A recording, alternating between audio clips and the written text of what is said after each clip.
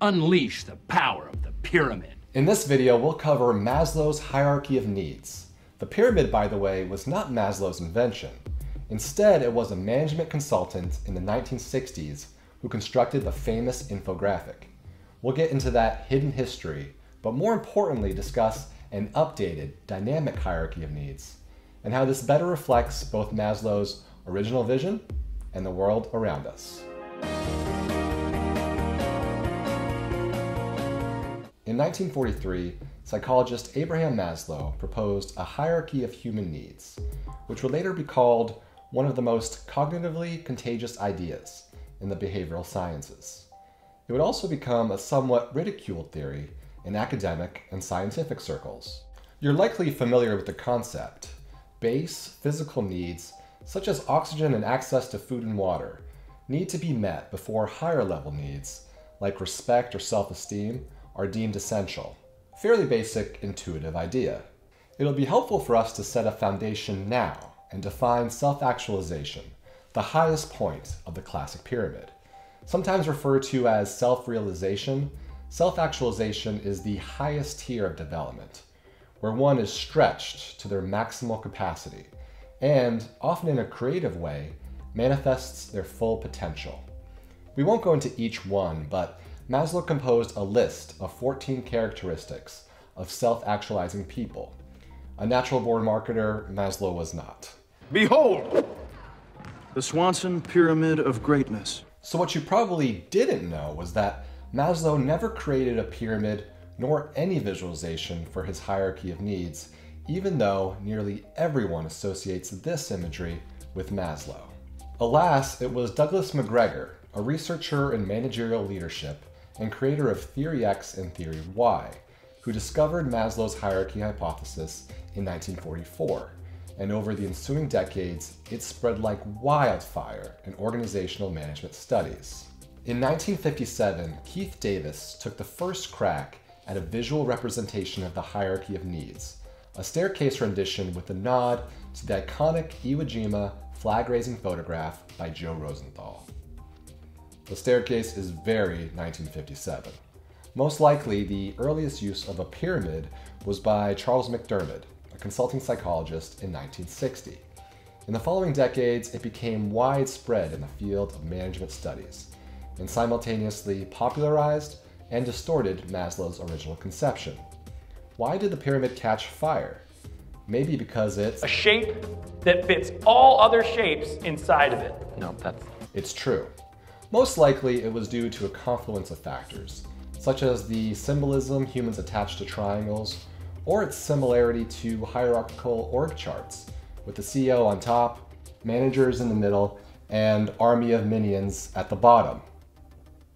Now, Maslow coexisted with the pyramid for 10 years, until his passing in 1970, and during that time, didn't do much to correct it.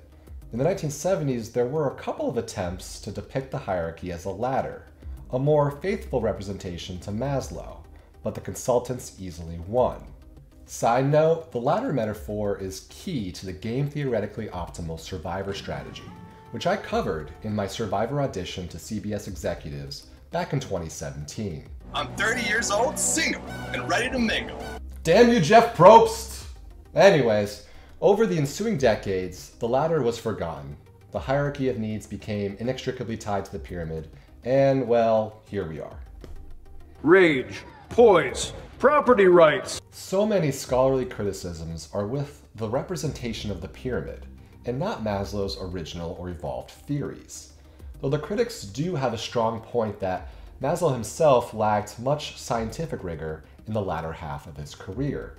He became more of an armchair philosopher, informed by psychology. Before we jump into the better dynamic model in a minute, what's suboptimal about the pyramid? The only thing that remains. First, the pyramid suggests that each of these needs, from low to high, must be rigidly met in lockstep in order to attain self-actualization. It seems almost like advancing in a video game, conquering each level on one's way to the top. Even Maslow didn't agree with this interpretation.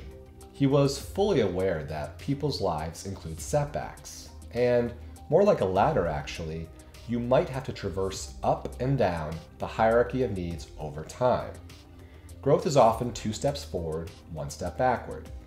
Plus, as expressed by Maslow, one's needs at each tier are likely never met 100% of the time. Rather, your physiological needs may be met 90% of the time, safety needs 70% of the time, etc. Each tier of needs is met sufficiently, not completely. The next criticism is that Maslow considered this hierarchy to be universal. Yet there are massive differences between the values of cultures, particularly individualistic versus collectivist societies. A big contention, too, is where to place certain needs, such as reproductive desires. I think these are valid criticisms, but they don't disprove the concept for me. Every individual's pyramid may be constructed slightly differently. The physiological needs at the base are going to be fairly consistent across the globe, though.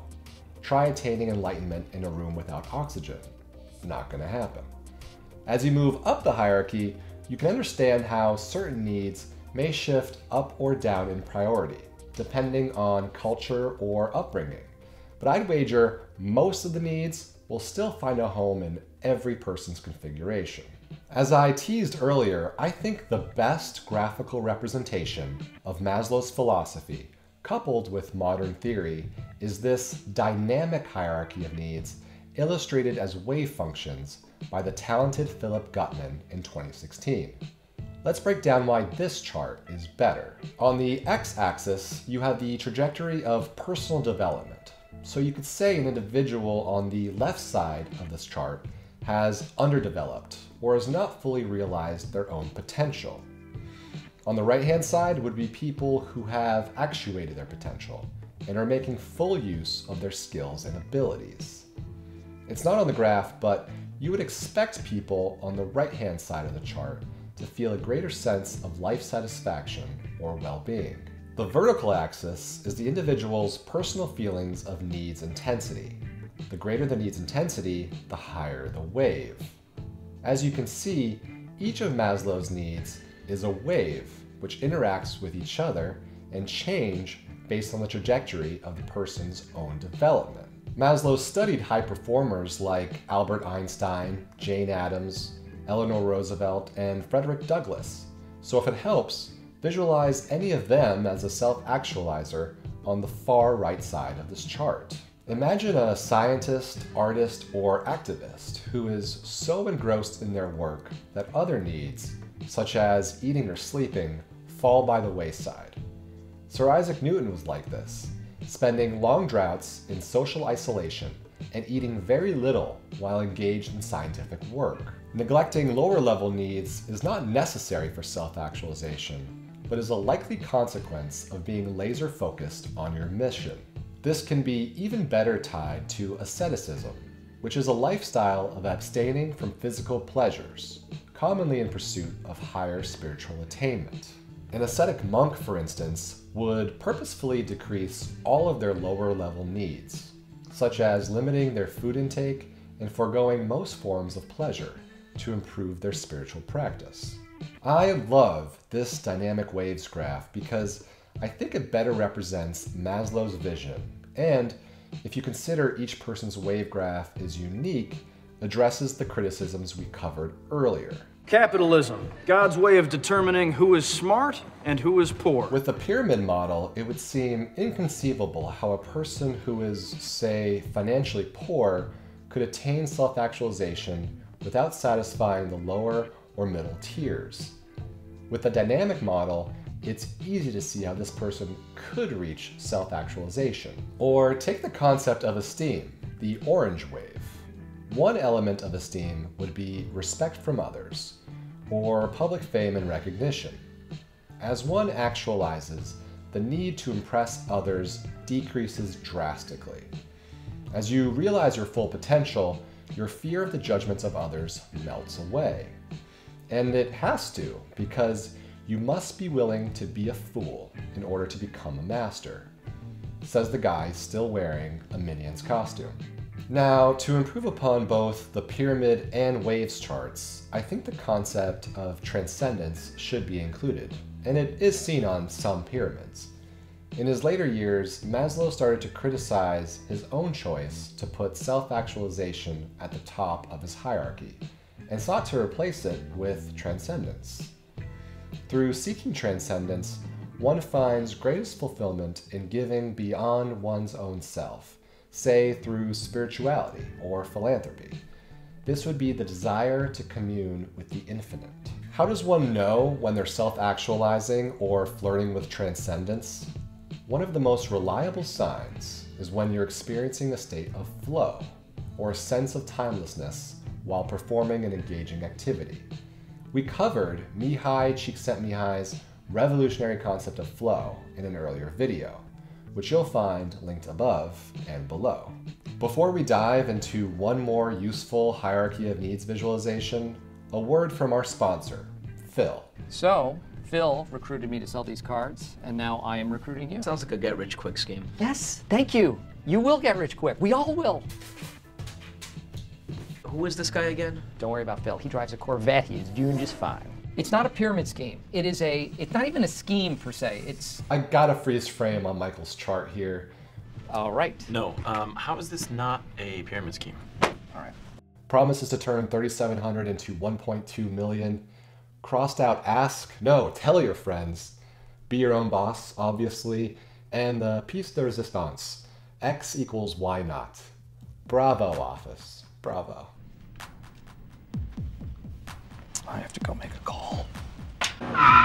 Before we jump into the sailboat metaphor, we need to briefly mention that Maslow was one of the earliest proponents of positive psychology, which focused on societal and social well-being. In its early epoch, psychology focused solely on individuals with mental issues. But in the 1960s, with a few other psychologists, Maslow founded the School of Transpersonal Psychology, focused on the spiritual, mystical, and transcendent elements of human experience. One of his co-founders was Viktor Frankl, whose classic Man's Search for Meaning we covered in an earlier video, linked above and below. Frankl argued that happiness was a byproduct of one who seeks meaning, and Maslow would agree that well-being or fulfillment comes about as a side effect of seeking the transcendent. Okay, the final visualization we should cover is illustrated by Andy Ogden and found in Scott Barry Kaufman's book Transcend, The New Science of Self-Actualization. Kaufman sees life as more of an ocean to discover than a mountain to climb. If you have holes in your hull, your boat can't go anywhere because you're taking on water. When the boat is intact and your sails are set properly, you can catch wind and find harmony navigating the sea of life. As he puts it, growth is a direction, not a destination. This reminds me of the famous quote from John Shedd: "A ship in harbor is safe, but that is not what ships are built for." In time and space. So do I think the dynamic waves chart or sailboat metaphor will take off like the pyramid of needs? Of course not. While Maslow didn't love the pyramid, I think it's highly unlikely his conceptual hierarchy of needs would have ever become so popular without the iconic image. Management consultants saved the day yet again. And to be clear, I'm not anti-pyramid. It's ubiquitous because it's incredibly intuitive, despite a few shortcomings. It's a heck of a lot better than the USDA food pyramid. Bread.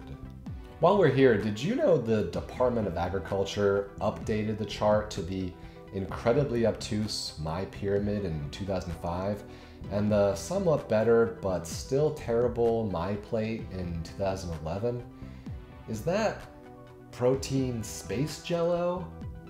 Your tax dollars at work. Thanks for watching. Please subscribe, and if you liked this video, like this video, and check out all this other stuff too.